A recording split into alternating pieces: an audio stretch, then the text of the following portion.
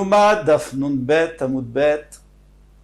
Eh bien, nous sommes à la Mishnah, une dizaine de lignes du début du Hamoud. Et là, nous allons parler du Aaron à Kodesh, en deuxième Beth Amikdash. Il n'y avait pas d'Aaron à Kodesh. Il avait été enfoui sous terre.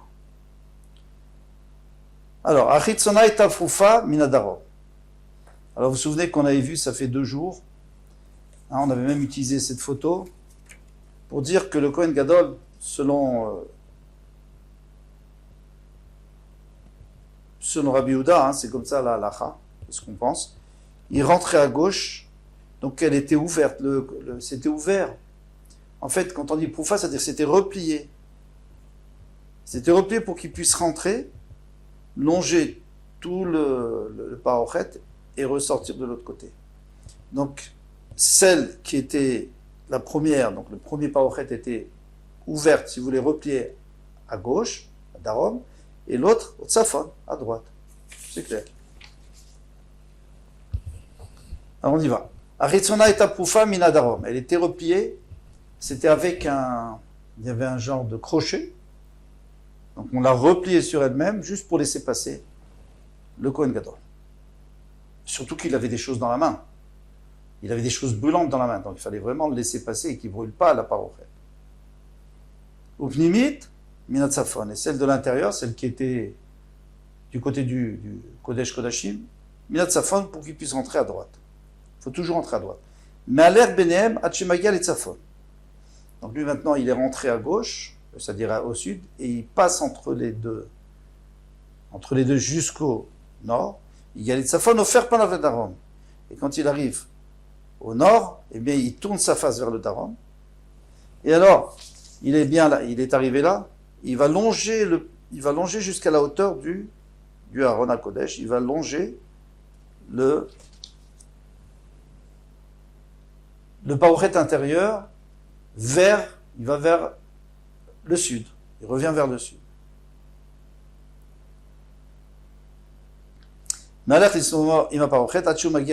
Jusqu'à ce qu'il arrive à Aaron, il à Aaron, une fois qu'il arrive à la hauteur du Aaron, c'est-à-dire au milieu, et notel ta marta ben shte abadim. Il met la marta entre les deux bois qui tiennent, hein, avec lesquels on portait le Aaron à Kodesh. Les deux bois.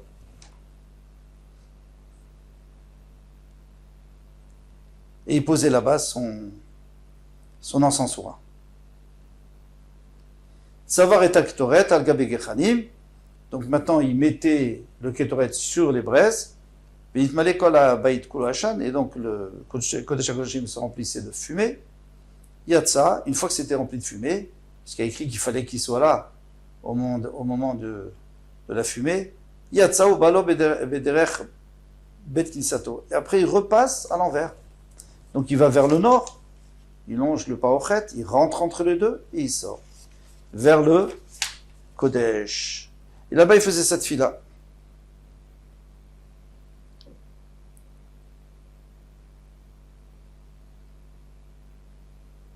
Mitpalet fila Ketsara. Et là-bas, il faisait une fila courte, Bevetachitson, à l'extérieur, c'est-à-dire dans le Kodesh, dans le Echad. Il ne fallait pas qu'il rallonge cette fila. Chez l'Olé vite être Israël, pour ne pas faire peur au Bnei Israël. Parce que s'il ne sort pas, souvent, quand il n'était pas de sadique, il ne sortait pas de là-bas, il mourait. Alors, pour ne pas leur faire peur, il ne restait pas trop longtemps dedans, parce qu'il n'y avait personne qui pouvait rentrer non plus dans le Echad aussi. Bon, maintenant, le problème, c'est pourquoi il faisait cette fila à ce moment-là, on comprend. Parce que le Ketoret, c'est le meilleur moment. Comme écrit, il y a 6 mots Ketoret Ba'apecha, quand on met le Ketoret, Barech, Hashem, Chelo, Hashem va le bénir et il va réussir. Maintenant, pourquoi il ne le faisait pas à l'intérieur?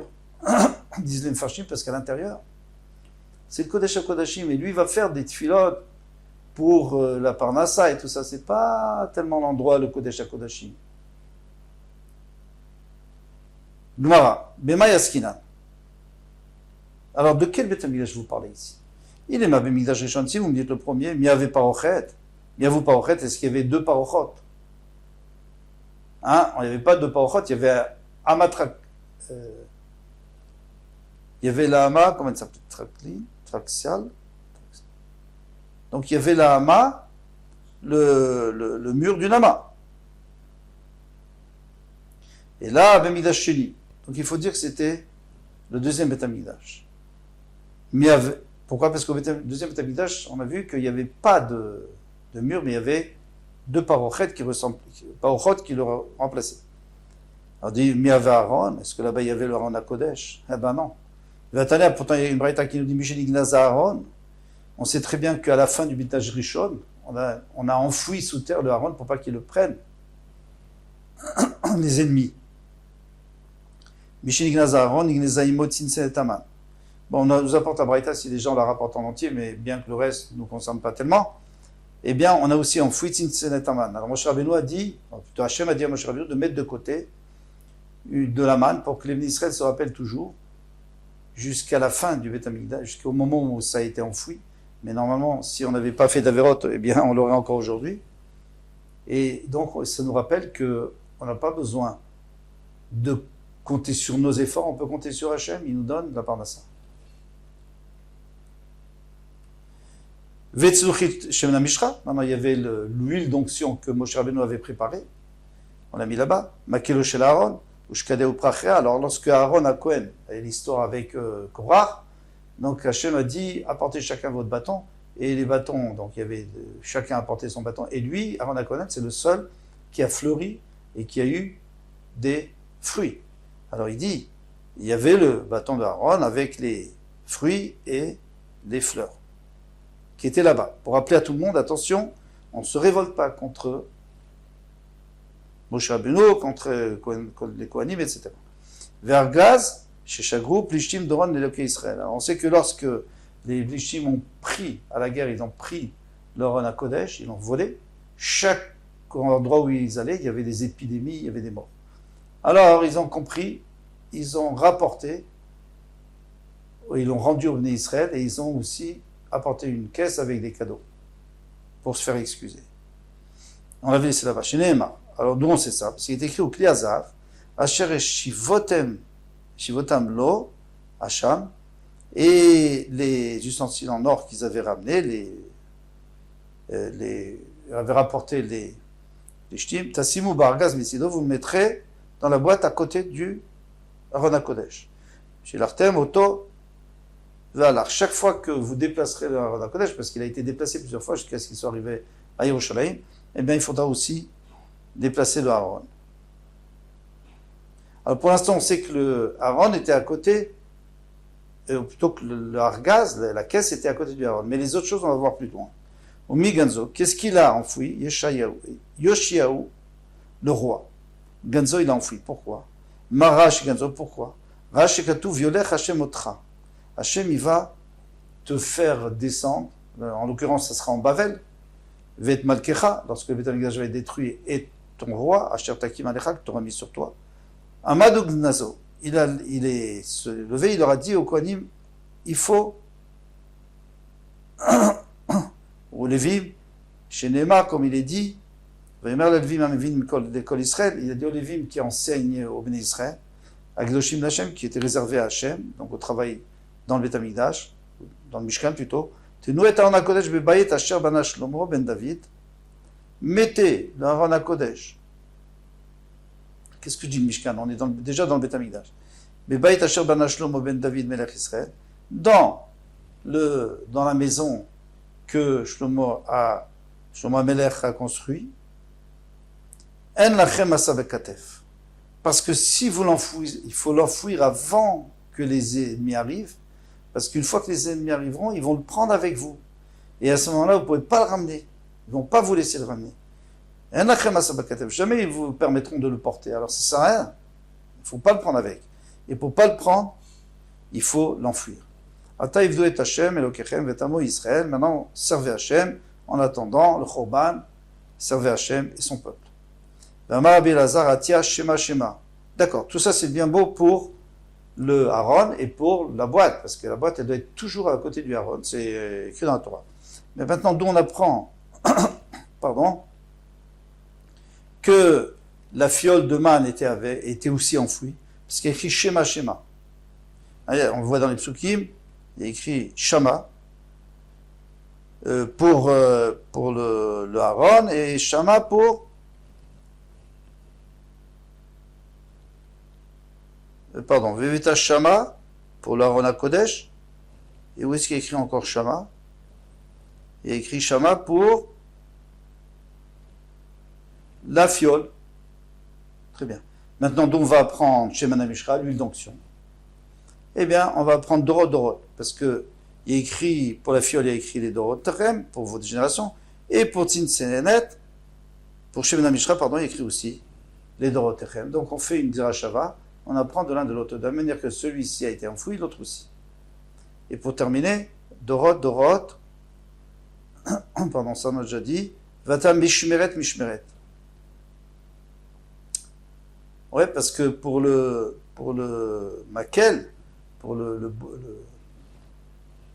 bâton de Aaron, il y a écrit Mishmeret. Et ainsi pour l'huile d'onction. Donc Mishmeret, Mishmeret, c'est-à-dire que lui aussi doit être enfoui avec. Mais en tous les cas, tout ça, c'est pour nous dire, on nous a juste rapporté pour nous dire que dans le deuxième Betamikdash, il n'y a pas de bête. Dans le premier, il n'y a pas de rideau, donc tu ne peux pas passer entre les rideaux, il y a un mur. Et dans le deuxième, il y a une porte. Et dans le deuxième, il n'y a pas de Aaron HaKodesh. Alors comment tu vas mettre devant l'Aaron HaKodesh? Il n'y en a pas. Qu'est-ce qu'elle dit l'Agmara? On est obligé de dire que c'est le deuxième Betamikdash où Maï égale Aaron, mais comme Aaron. Il est arrivé à l'endroit où il y avait l'Aaron HaKodesh, et la place là-bas, il y avait Even Shetia. Il y avait une pierre qui nourrissait le monde. L'Agmara en parle longuement. Alors, l'Agmara dit d'accord, ok. Ve'aktane Nathan et Amartal ben Shte Avadim, tu mettras entre les deux bois du Aaron HaKodesh. Alors, ne me dis pas, c'est-à-dire entre les deux bois, où il n'y a pas de bois, il n'y a pas d'Aaron HaKodesh. Et Mak et ben Shte Avadim, donc à l'endroit où il aurait dû avoir, s'il y avait l'Aaron HaKodesh, donc il savait que c'était à cet endroit qu'il fallait le mettre. Sabar et Aktoret al-Gabe Gechalim. Maintenant, on continue la Mishnah.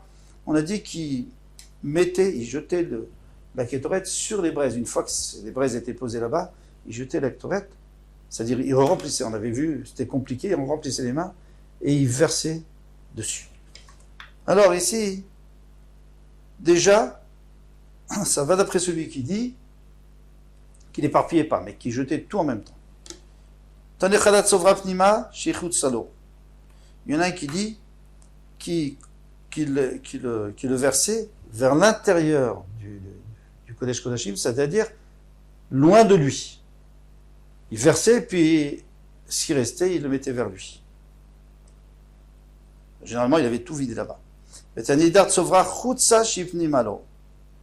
il y a une braïta qui dit le contraire, il dit qu'il le mettait vers l'extérieur du Kodesh Kodashim, c'est-à-dire proche de lui. Amarabaye, Tanaï. Abaye dit c'est une marque Tanaï. D'accord.